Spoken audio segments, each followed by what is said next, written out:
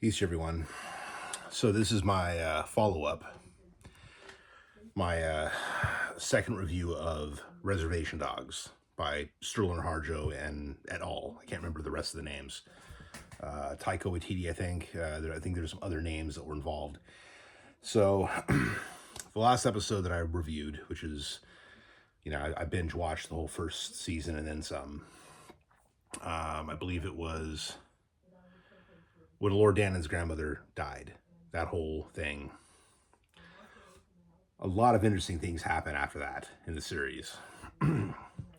Now, spoilers, because if you want to watch the show, and I think you should, turn this video off, go binge watch it, and then come back and watch my review, okay? So, Lord Dannon, let's see. No, where do I want to go with this? So Lord Dannon's mom, at some point you realize in the show that Lord Dannon's mother, she's the friend. She's a friend that basically got killed in a motorcycle accident, a friend of the cop. Now, yeah, Zon McClarendon plays this, the tribal police, the light horse police, the almost a real cop, as some people refer to him as. He ends up, like, at some point having this little affair with the fat IHS lady who apparently, oh geez, I can't remember, not scam, not sneaked. There's a word used for hooking up with somebody that they have in the show. And anyways, they went off and do their thing. There's a after credits scene where they're sharing gum. That was just, I mean, it obviously didn't make it into the final cut, but it still made it into the credits. And that's like one of my favorite memories of the entire series. It's great. There's this whole thing where, like, West Studi. Okay, so in one episode you have Graham Greene. Now, Graham Greene, he's like this tinfoil hat conspiracy guy who, like, thinks aliens are showing up. He's growing all these, like, eggplants. When all the kids come back from California, because they all make it to California, right? I should probably preface with that. They all get to California, they all honor their friend Daniel, and they all come back. At some point, Bear gets lost along the way.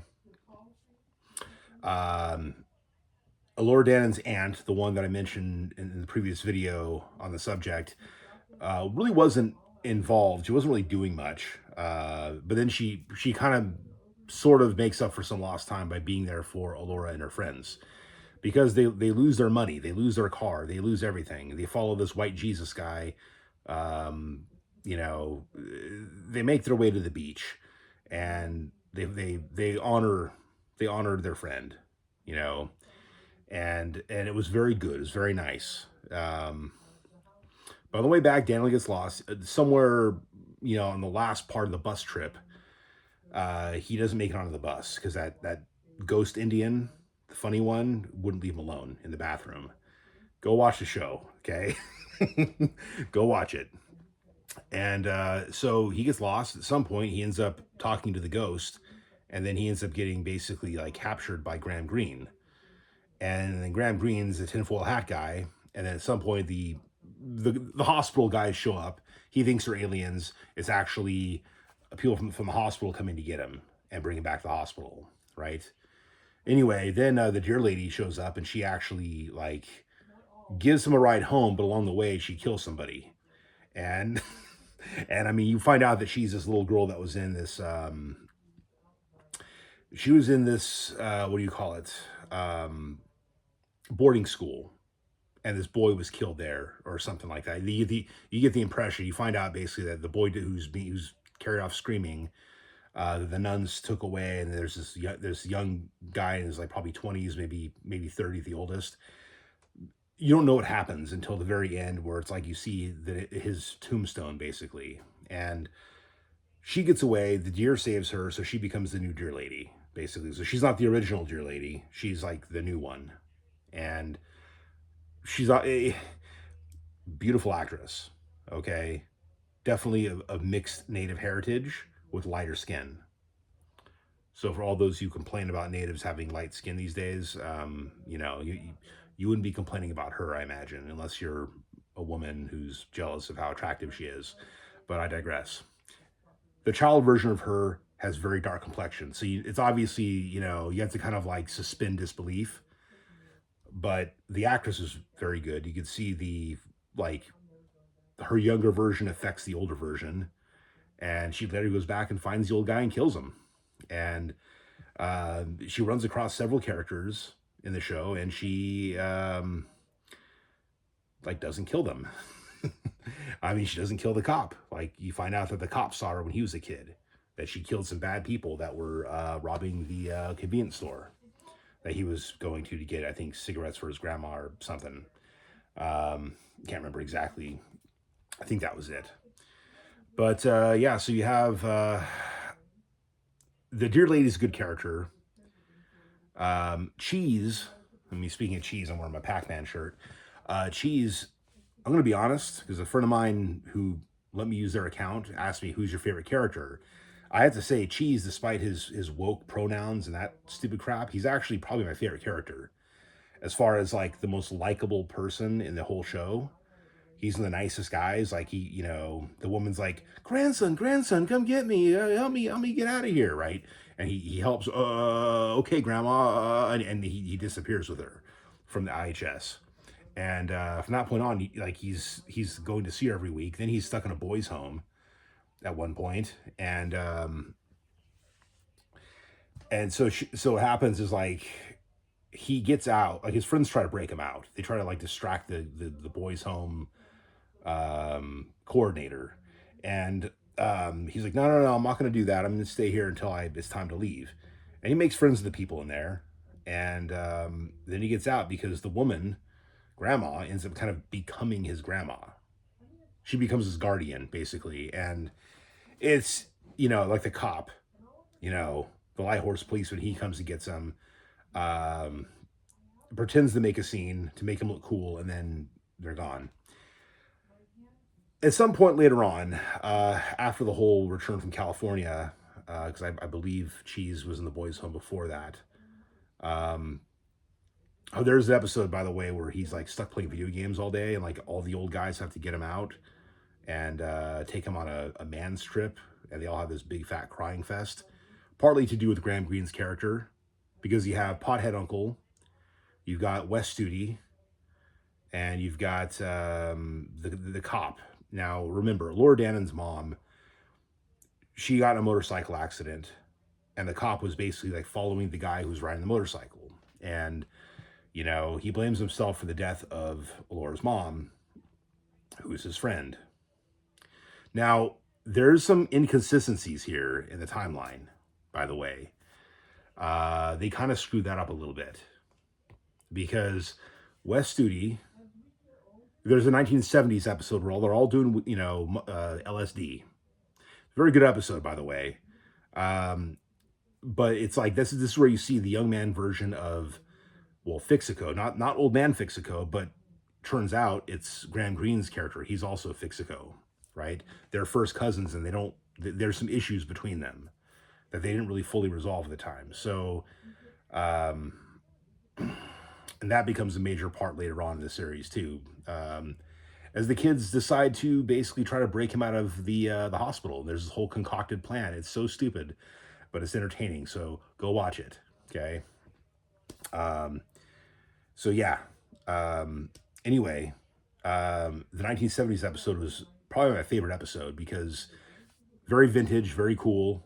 But what you're seeing is that Graham Greene's Fixico character and Laura's grandmother were dating. Now, you don't know who her grandfather is.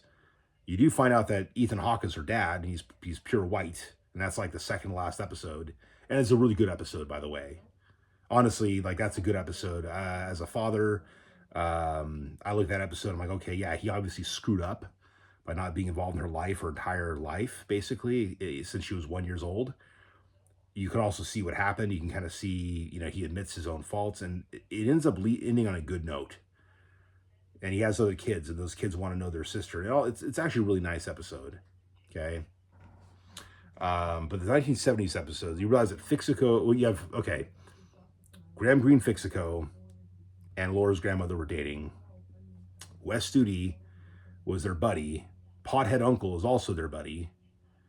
And then the other Fixico, the medicine man Fixico, who's like selling real Indian medicine outside the IHS clinic.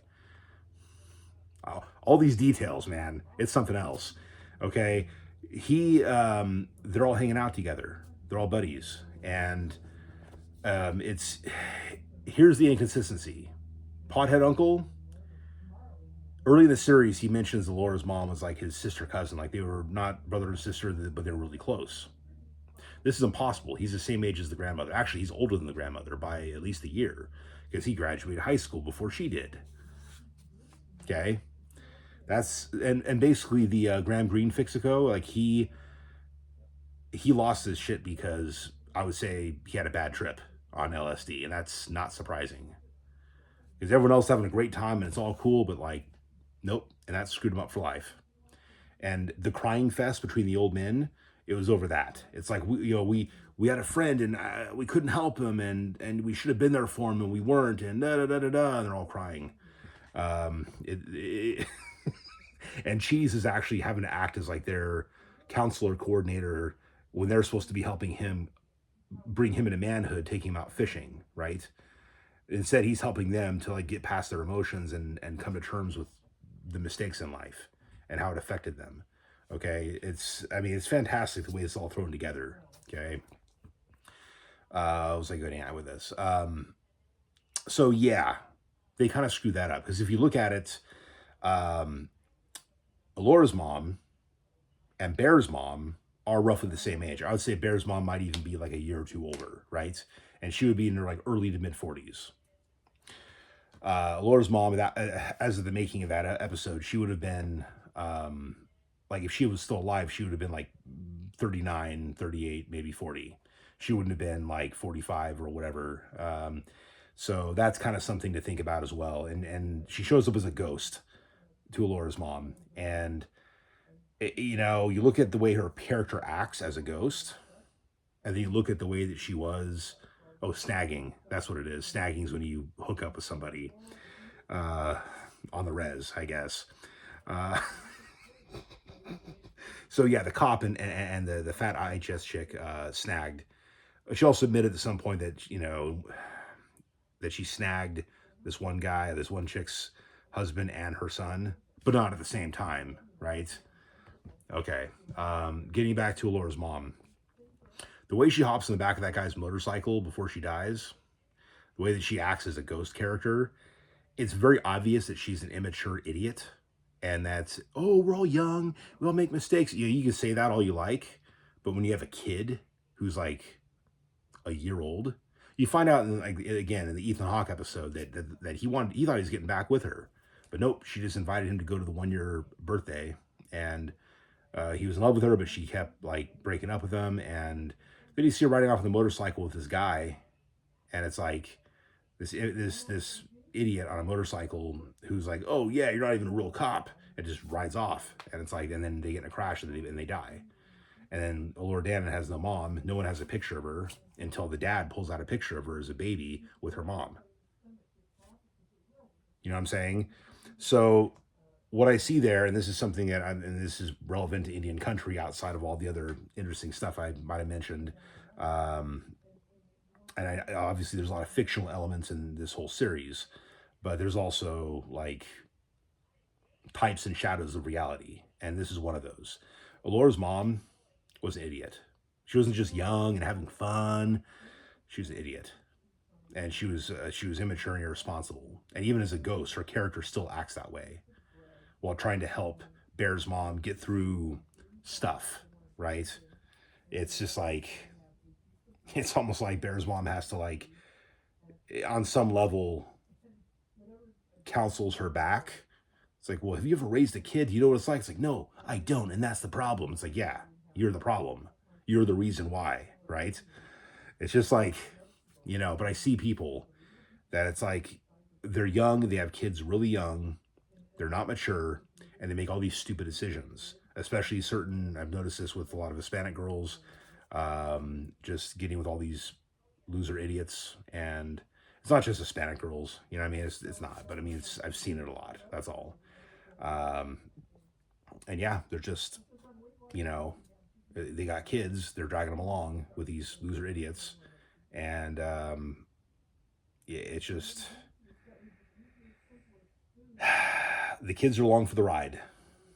And I've seen it. I mean, it happens in every race of people, every culture. You have these kind of people that just they drag their kids along for the ride. You don't see as much with Asians, to be honest. They usually are better when it comes to taking care of their families. I'm not gonna lie. They have much more solidarity than, and family cohesion, it seems, than most other people. Okay, and that's a good thing that they do. Okay, like it really is, for the most part, at least. You always have dysfunctional families, and yeah, that whole family Valor, like they're all dysfunctional. It's like the aunt that goes off and just disappears for almost 20 years. Like for sure for about like 16, 17 years, disappears out of her niece's life. And it's like, better late than never, right? But still, it's like, yeah, I could have used you growing up. I could have had an aunt growing up, but no, you're having fun, traveling, seeing the world, and doing your stuff, right? That's what was happening. Okay. Just like her own mother was having fun with some guy in the back of a motorcycle while her baby was at home with grandma. And the guy that really loved her, that actually cared about her, she kept breaking up with. She's probably fucking a bunch of other guys. I'm sorry. I'm sorry. How else do I interpret that? Okay, like I've seen so much irresponsibility from young moms, and just I see such stupidity in the world. Okay, and part of my language, um, but I see this going on. All right, I'm sorry, she was screwing other dudes. That's why they kept breaking up, and she wasn't telling him. Now, this isn't written into the story, by the way, but that personality that she has is written into the story. And whoever wrote the story, whether it be Sterling Harjo or Taika Waititi, they are taking real type of people, personalities, and putting them into the story. And then I, with my experience in life, am looking at these characters saying, oh, well, that's what was going on. That's who they really are. Okay. Um, it's great that Bear's mom was obviously 100% there for him, but she's also kind of a hoe when she was younger. It's obvious. When that guy comes up saying, yeah, I was almost your daddy, right? It's like one of the dudes that's like hiring him. It's like she goes with one of her, F buddies, and then says, oh, yeah, can you hire my son? Like, yeah, I was almost a daddy. Like, he says it when in front of the kid. Says it to the kid in front of the mom, I should say. It's like, come on, dude, really? Show some class. But she didn't. She was screwing the dude. Guaranteed. She's like, shut up. It's like, yeah, it's because it's true. No, the actors did a really good job in this series. I'm not going to lie. Like, um, and it's funny because in the 1970s episode, this is what I love about it. The younger actors did a really good job portraying the older characters they were supposed to be. And you don't know automatically in that episode that Graham Greene's character is the same as the younger guy who had a bad acid trip. Me, having known people who've had bad acid trips, I saw it coming. As soon as he's having a bad acid trip and he's the cousin of Fix-It, I'm like, okay, this is like, I put two and two together pretty early in that episode, and it just played out, kind of the way I expected. And yeah, it was good. It was really good. So yeah, they screwed up the timeline. That's a bit of a retcon that most people maybe didn't catch, but I caught it because I'm kind of the continuity police, if you will. I care about facts and primary sources and things like that. And so something like that's going to stick out. Timelines, history, all that, that's my thing. Okay. So in case you guys haven't noticed from watching my channel and have me talk about certain historical issues, but yeah, you can tell, you kind of get the vibe of which character is Wes Studi, because you look at the books that he's talking about, like early in the first season, and then you see him in that episode like going off about some scientific stuff. Like, ah, and the actor even looks like he could almost sort of be a younger version of Wes Studi. The pothead uncle, I don't say I won't say they cast the best guy to play him, other than that he was like a fat Indian guy. That's it. But that young guy had way too much facial hair and was too light complected, in my opinion, to play that role. That's my only complaint about that episode. Um, yeah, that's my only complaint. And then, as far as who Wes Studi's woman was, the one that's pothead uncle ended up screwing after they broke up and before they got back together, because that was also a conversation they had. Um, I don't know if it's supposed to be grandma, the grandma lady, because they were all hanging out. You can kind of tell that grandma with the braids is the same as the young lady that's talking about activism and stuff in the 1970s episode. You kind of start to see which characters are which. And it was great because you can see that young medicine man Fixico, I should say, like, you can tell that he has this very mature regret over what happened between him and his cousin before the acid trip. And that it's just that there's this lifelong regret. And so eventually they do kind of patch things up in the end before Fixico dies in the hospital. And, then it's just like all the old people, including, crazy Fixico, they're all hanging out, having a little talk. I don't know if grandma is supposed to be the girlfriend of Wes Studi or not. I'd have to go back and revisit the first episode and listen to the dialogue. I actually don't know. I want to say yes, but she's not living in the same house as this guy when the grandson is living there. So I don't know. But then again, it could be another continuity issue where they just didn't like fix the timeline in a cohesive way later on in the series. What I will say is the final episode is really good. Alora sells her grandma's house and she moves off to college. Like, she's had closure. She knows who her dad is. She knows she has other family finally. Bear continues working. The mom got a job offer she got some other job offer out of state. And so she's going to go take it. And her son's going to be fine. He's becoming a man. He's taking care of business. Willie Jack, she also kind of matured throughout the whole, story. Like, she got really close to Medicine Man Fixico, and there's a funeral, and it was good. And so all the characters grew really well. It's really a coming of age story, and it ended with season 3 out of necessity, because if they tried to continue on that series in any way, it would not have been a good idea. They actually would have, like, if they wanted to go back in 20 years and say, oh yes, Reservation Dogs revisited or whatever, they maybe could, but they don't really need to. It's like some stories are good standalone stories and they don't need any kind of continuation. To do so would actually be a disservice to the characters. And I think that anything right now that they might try to do would be a disservice. I remember in LA when I was training at my previous job, I would see Reservation Dogs signs on the billboards. Okay, like, I would see that stuff, and I didn't watch the show yet, and so, like, that was towards the end of the series existing, and it's good. It's definitely worth watching. I want to buy it and let my mom watch it. I don't want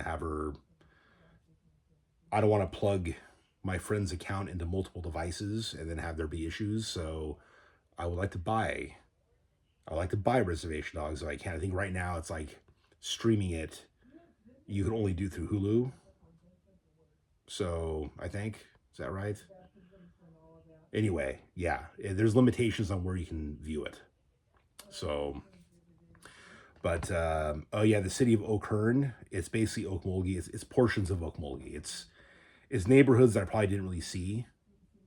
But I can kind of tell that Okern was a fictional name that sounds similar enough to Okima or Okmulgee, but it's not either. And it's, I heard that it was filmed partly in Okmulgee, and then I read it later on, and I'm like, okay, Okern, Oklahoma. Oh, yeah, it's fictional.